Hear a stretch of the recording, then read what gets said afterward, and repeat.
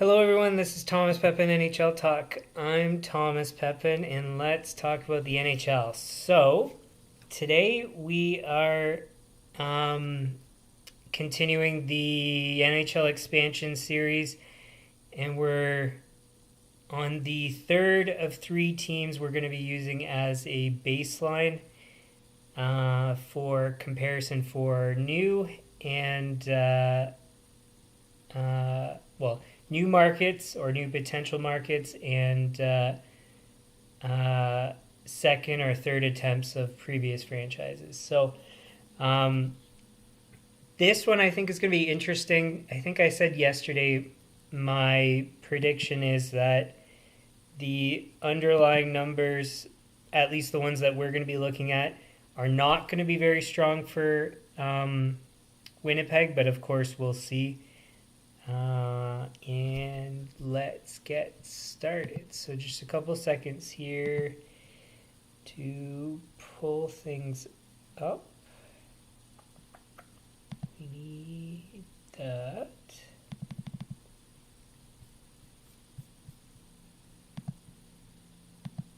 And oh yeah, I don't want that. I want this.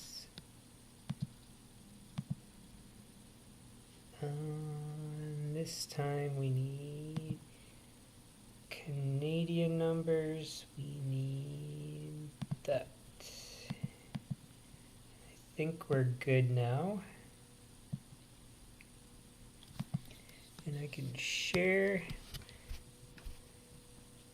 All right, so as previously, we have this spreadsheet that we're working off of with the data points that we're gathering. And well, if you've seen already, you know which ones we're gathering. Otherwise, you'll see, I guess, as we go. So we'll just go through one by one here. And I'll talk about them as we go. So we have Jets 1.0 and Jets 2.0. All right, so we will, since we use state populations, we'll use provincial populations. So Manitoba population.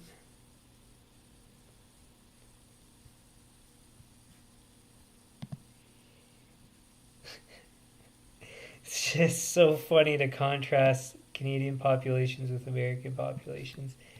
That's so much less.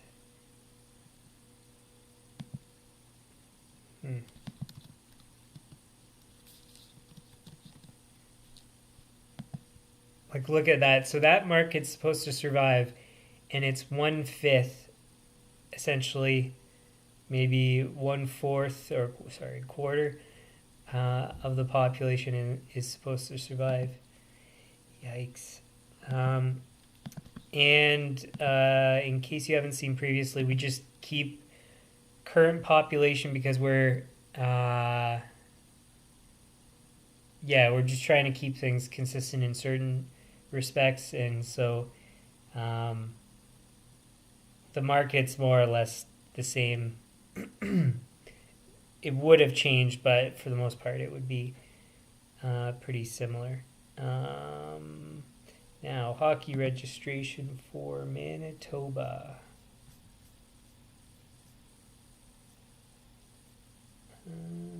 Oh, this is small.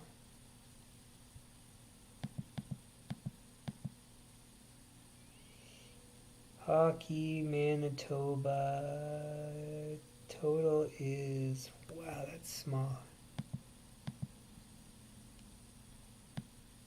It's gonna let me copy. It is super. So actually I'll just paste it. I'll make it easier.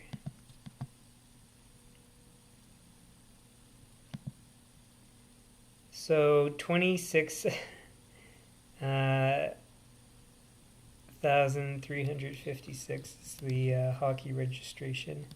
Now, that also includes adults, whereas I believe the U.S. numbers are just youth, but they might not even say.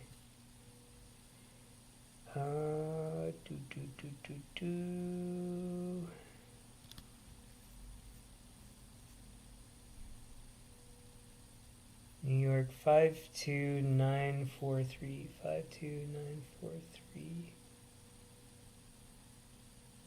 52943. No, so that doesn't include officials. It is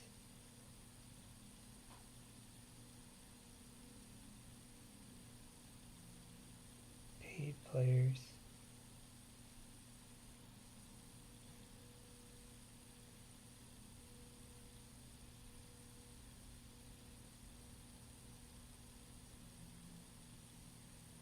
Five, 4, 7, 429, 547, 429.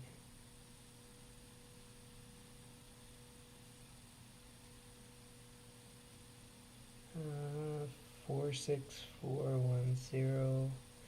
Okay, so it does include adults, so it is apples to apples, so that's good news. I wasn't sure if that was the case. I didn't think it was actually previously. Now this just confirms it, so that's good news. All right, so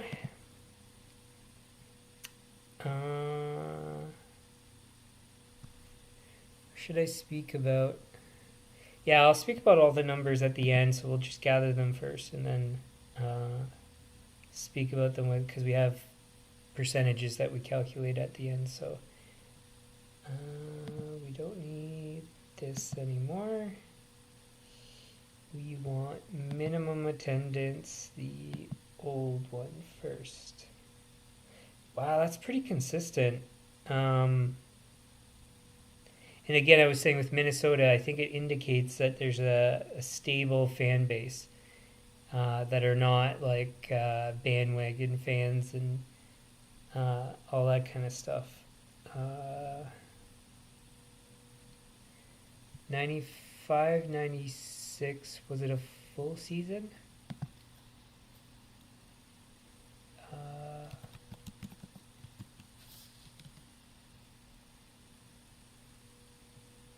Yes, so that was their lowest. That's quite a dip, actually. Minimum attendance 11316.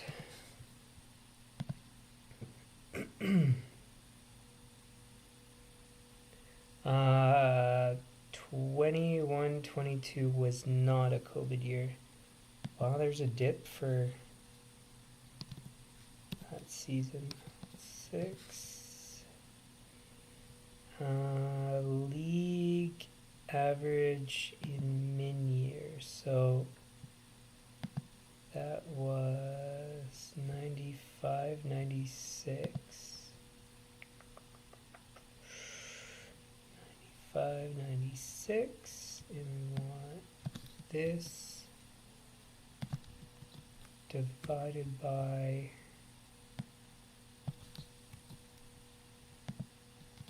this.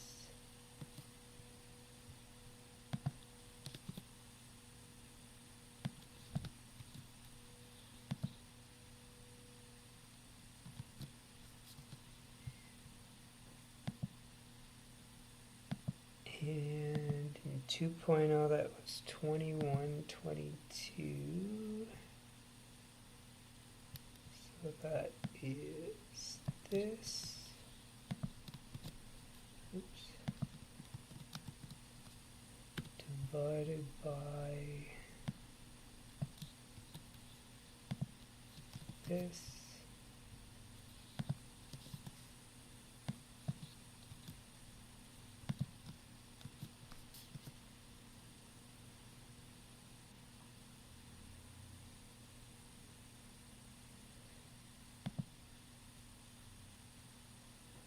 Cool. And then best attendance. Wow, they're all so similar.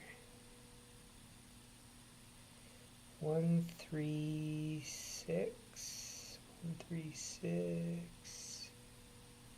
That looks like it's it. 13620.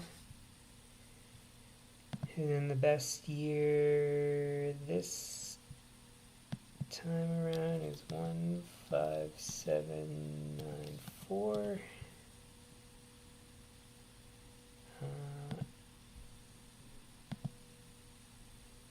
That's, oh, I can't use that one. That's a COVID year. 15732.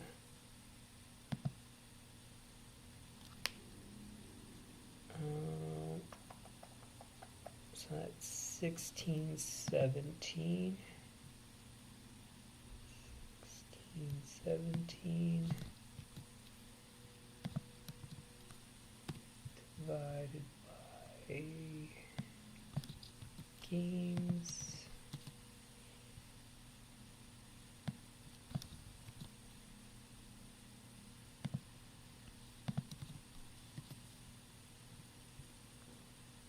Then we want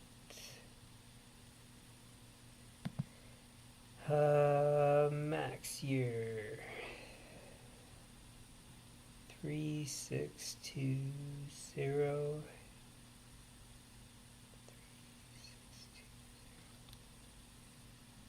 8586.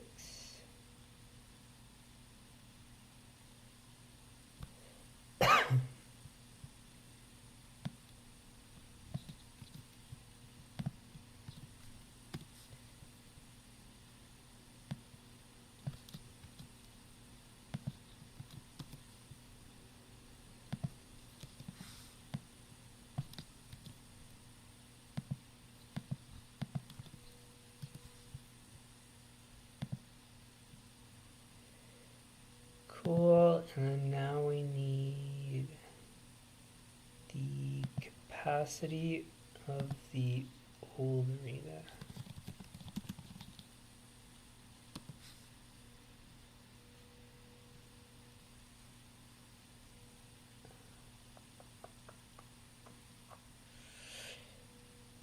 Is this gonna get us there? That's it. Okay, so we have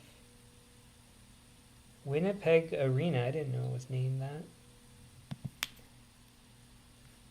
Winnipeg Arena. Now, I already know that the proximity is very close, but we'll still double check.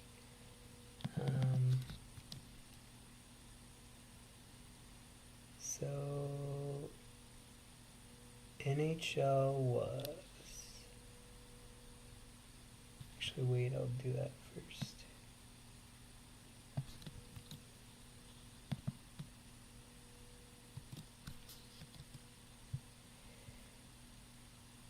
Cool.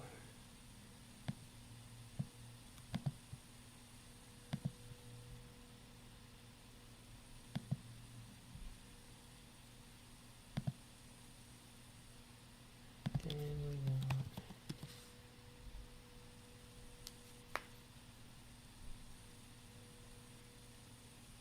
Arena. Canada Life Center, is it not?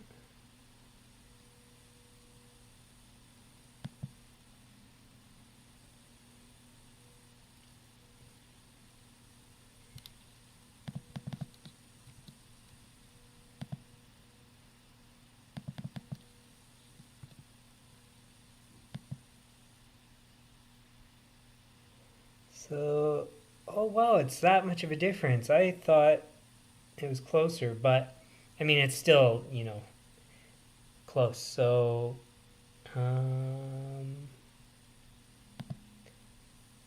anyways, so the attendance is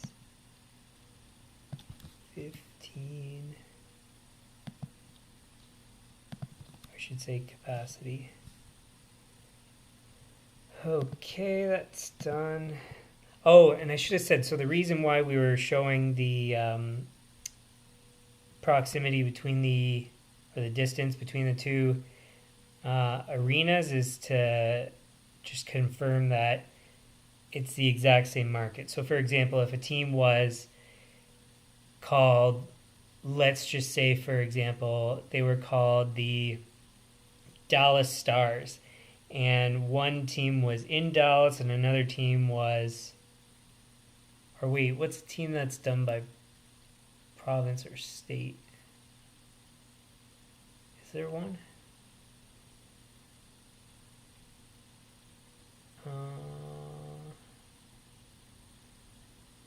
Yeah, well, Minnesota. Well, we'll use Minnesota as an example. So let's say the Minnesota Wild in the the Minnesota North Stars. Let's say they were in one city in a different part of Minnesota than the Minnesota Wild are. Then they're technically two different markets and should be evaluated differently.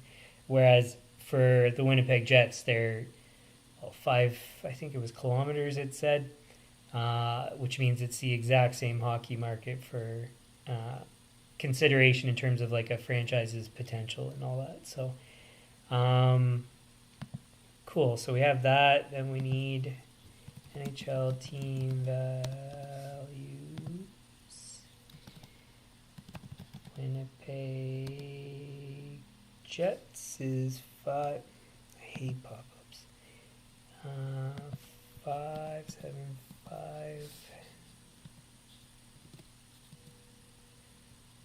And the rest of these are all drag downs.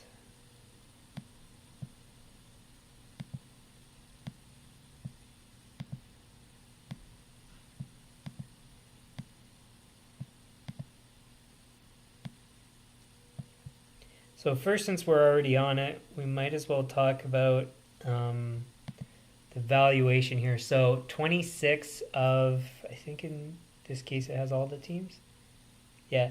So 26 of 32 is not very good.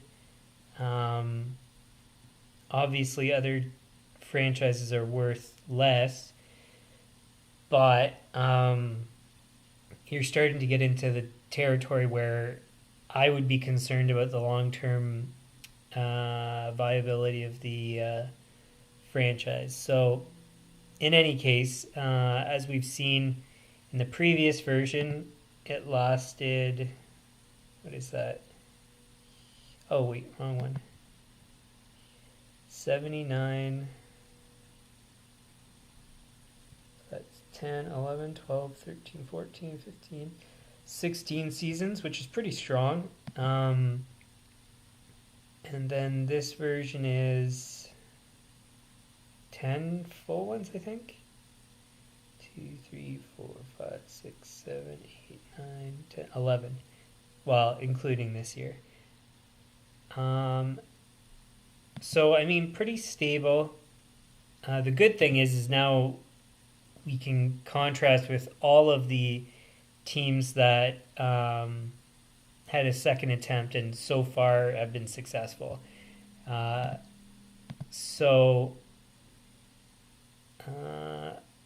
First, I guess we'll just briefly talk about Winnipeg and then we'll compare everybody. So, as you can see, the requirement for Winnipeg to be successful, the registration as a percentage of the population is quite high. So, well, in comparison to the other teams. So, I mean, yeah. So 1.96% of the population is enrolled in hockey, based on Hockey Canada's numbers, and if you compare that, it's nearly double Minnesota, and I don't know what multiple it would be for Colorado. What is that?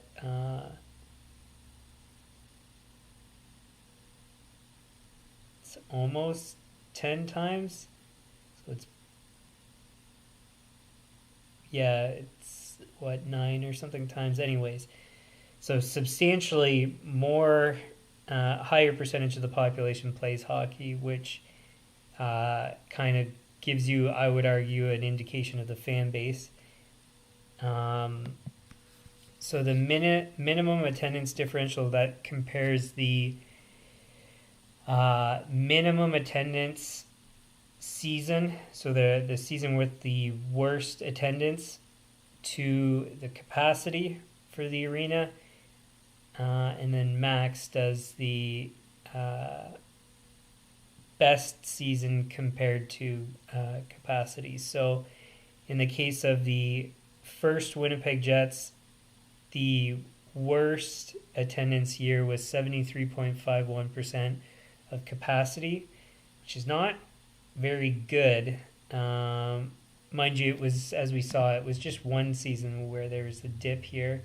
The rest was pretty consistently, almost 2,000, 1,600 attendees higher. So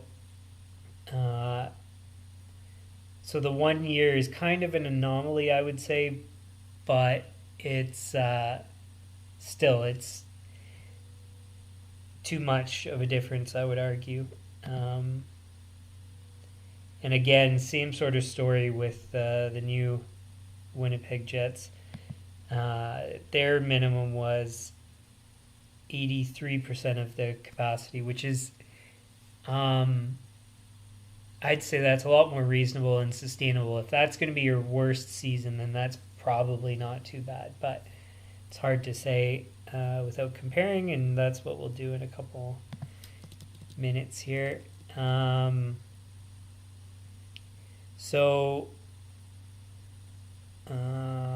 was it here? We want minimum, so the worst season for attendance compared to the average league attendance. So it was 70% at the worst, or 70.78, and 80.27 at the worst for this version of the Winnipeg Jets.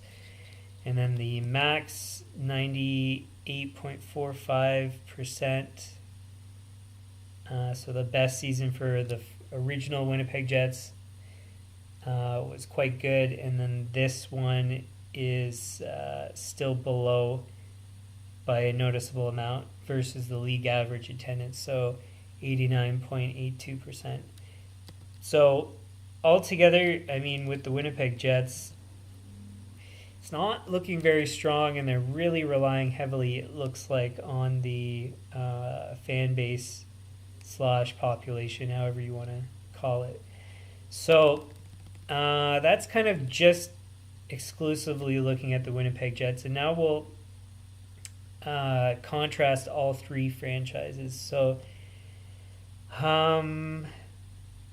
just to start, I mean, the glaring thing here is Minnesota, Colorado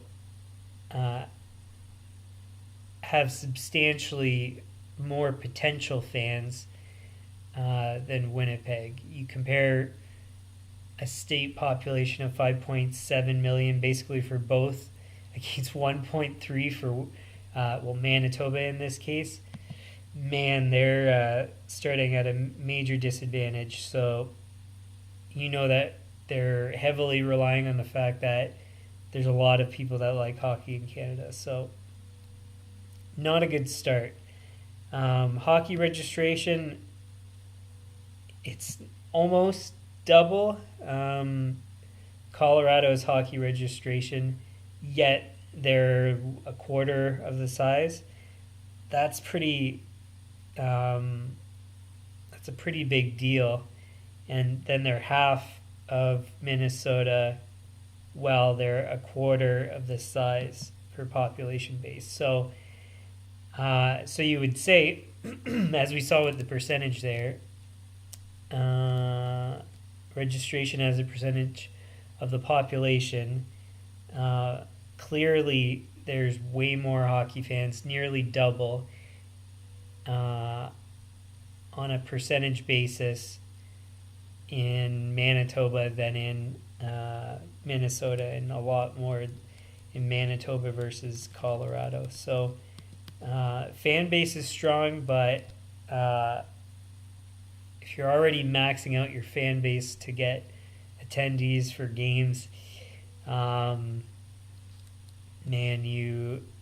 your long-term potential, like you're at your potential almost, you could argue, whereas the other ones have room for growth. So I don't know if Winnipeg's so strong in the long run here. So minimum attendance, the fluctuations are clearly dramatically higher in Minnesota, Colorado versus Winnipeg. So on the low end, there's kind of like what would you call it? A hard floor, I guess, maybe, for Winnipeg, where you're going to get fans no matter what, at least at this certain level. Whereas in Colorado and Minnesota, it looks like you can dip pretty heavily. Now, that's looking at historic numbers included. If you just take a look at the current version of the franchise, it's a lot more stable, you could argue, but still some substantial dips. So on the maximum size, it's not worth talking about until we get later in the percentage section.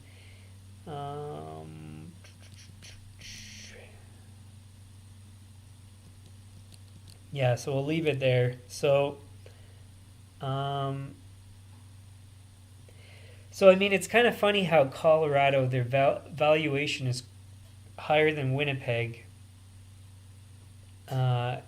even though the fan base isn't very strong now. There's probably multiple reasons for that. So industry, the market around that can support the team with sponsorships, advertising, things like that. Purchasing or renting, however it works, with luxury boxes and things like that. So I mean, yeah, so it makes sense. And if you take a look at the population again, it also makes sense because there's just more total money available, you could say. Yeah. So Winnipeg's, it's kind of maxed out, it seems like, which is not very good. So yeah, as we saw, registration in hockey as a percentage of the population, province or state population, it's nearly double in Manitoba versus Minnesota, and like I said, almost 10 times, maybe 9 times, whatever the math is, Manitoba versus Colorado. So like I said, that's kind of an indication that you've maxed out your potential fan base in Winnipeg, Manitoba, whatever you want to say, versus so for example, Colorado's got a substantial opportunity for growth.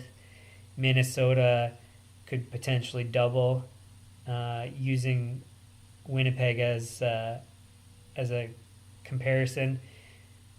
But given those two, how much growth potential? I mean, you could already predict that Winnipeg doesn't really have much growth potential. So, I mean, unless something happens where we have a major influx of immigration into Canada, it just doesn't seem like that would happen. So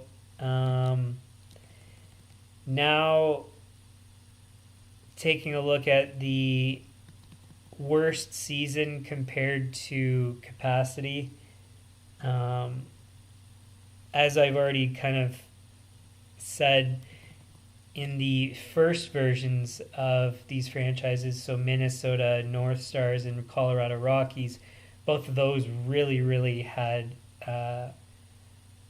very, very low floors. So as you can see, 52.25% of capacity in their worst season in Minnesota is quite bad for such a strong hockey market. And then Colorado, 38%. Like, you can't sustain a franchise with that kind of attendance. And then you contrast that with Winnipeg, 73, still I would argue too low for such a fragile franchise. And 83 in this version is quite, I would say a lot more stable, and I'd be more confident that they're going to be able to survive now. But still, 83% is, again, it's difficult to know because I don't know what percentage of their revenue comes from ticket sales. So it's hard to say if that as a worst case scenario is sustainable or not. It's hard to say. So, so Colorado in this version, I would say still dips far too low. Their growth potential is better than Minnesota and Winnipeg, but because the growth potential is so high means that their fan base is not sufficient, or I would argue just comparatively lower. They've got more concern also about failing as well. So again, unlikely at least at this point, but just in terms of comparisons, you could argue that it has a greater chance at potential failure versus like a stable franchise like the Bruins or something like that.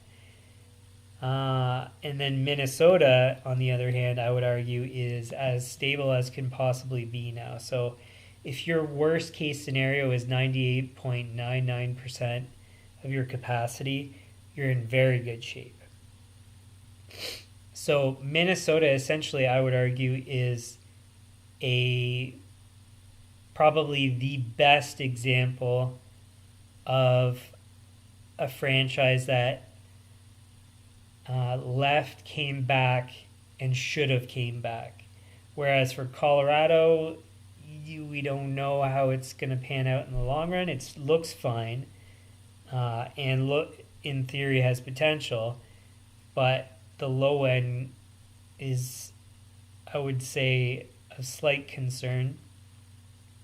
And then because they've maxed out their market, I would argue Winnipeg is also of concern because once you're getting into like the 70s, 80s, it just seems like, again, anecdotal, nothing really to compare with. It seems like it's too low given that you're already maxing out the fan base for your attendance. So, and then going to the maximum, Winnipeg's done great in their good years, but same thing for Colorado, same thing for Minnesota. So really, to do well in good years is not that great of an indicator. Compared to the league, Minnesota has done great in this version because their minimum is still better than the league average.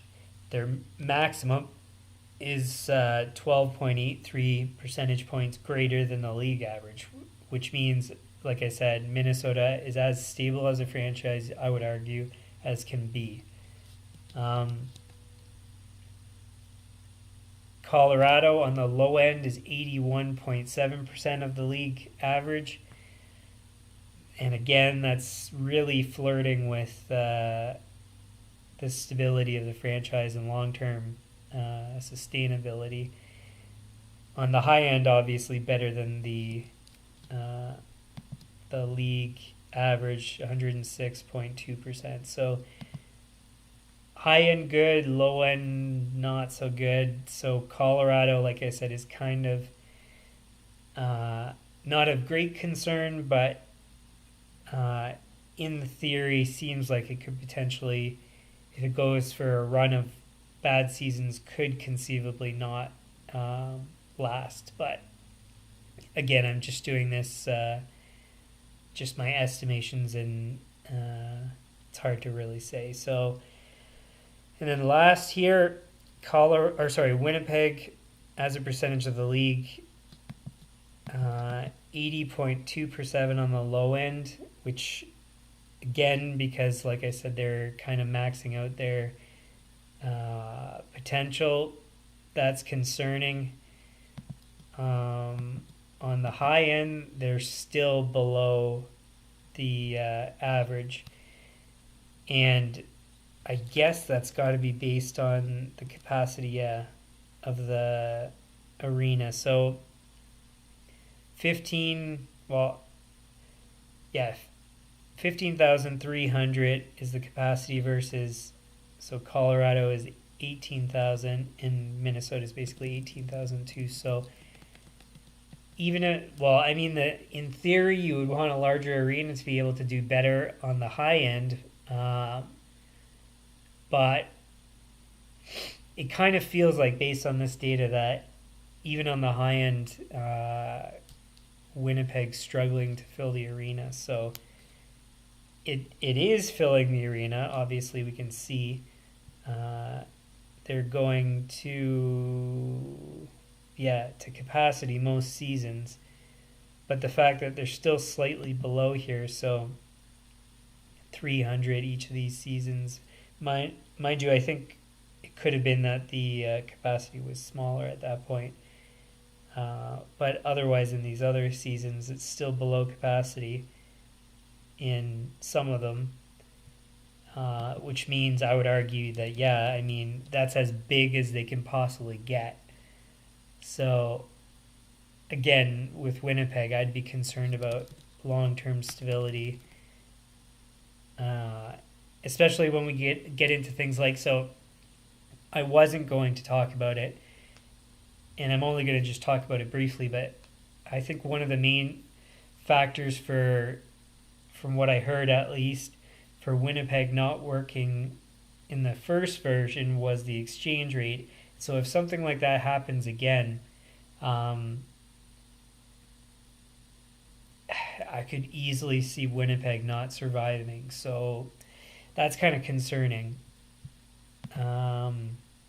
So anyways, I think that kind of covers everything we were going to do. So like I've said previously, this is establishing a baseline. The primary purpose wasn't to look at these by themselves in any sort of meaningful way.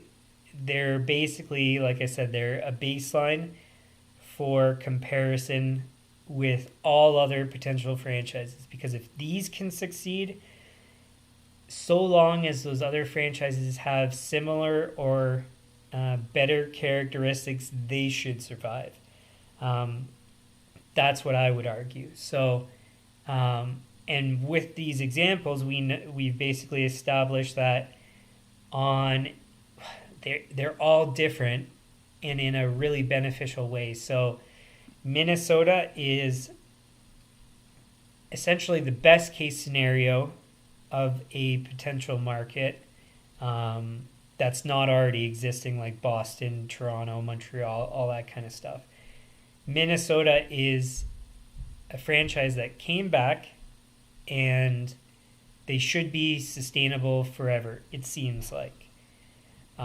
Colorado is an example of one that is kind of has good potential, but is potentially fragile because of that potential. And then finally, you've got a franchise in Winnipeg that is more or less maxed out their potential. And so if you're going to compare anything to like the smallest possible market to succeed, Winnipeg would probably be a good example. It might not be the best example, but it's a very good example is what I would say. So we have three different kinds of comparisons, which is really going to help once we start comparing some of the franchises that are going to be coming up, like Atlanta. So in Atlanta's case, it might be very similar to Colorado, is what I'm predicting. Kansas City, I have a very strong feeling it's just not going to be good enough, not even close. But we'll see.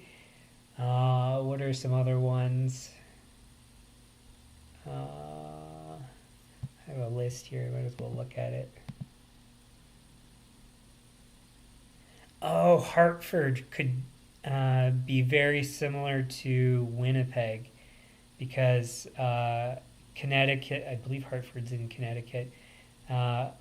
Connecticut's a relatively strong hockey market, but it's a small size in terms of population and industry in comparison to other alternatives. So that's where maybe Hartford is kind of, a good example to compare to Winnipeg. So we have a bunch of different kinds that we can compare to different things, and that's really going to make it, or they should be very helpful in analyzing all these other alternatives.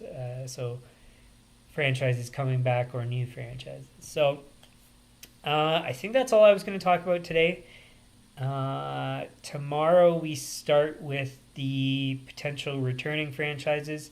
I believe what I had first on the list was Atlanta. So we're going to have a look at Atlanta first of the potential. This would be a third attempt at Atlanta. So we'll look at them tomorrow and then continue on Monday. And just a reminder for today is Friday, I believe. I'm bad with days. Every day is a work day.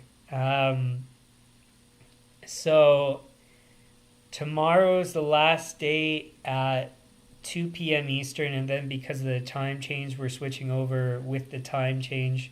So it's going to be 3 p.m. Eastern. If you take a look at the channel homepage, it'll tell you upcoming streams, and that'll tell you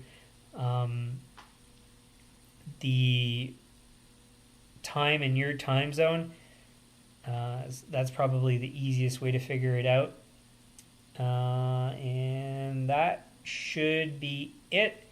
So if you like the stream, hit the like button, share with your friends, subscribe, turn on notifications. Otherwise, channel homepage has upcoming streams. I've just mentioned about the timing. And if you have any comments, leave them in the comments, and suggestions, same thing. And if you've tuned in, thank you, and we'll see you again tomorrow.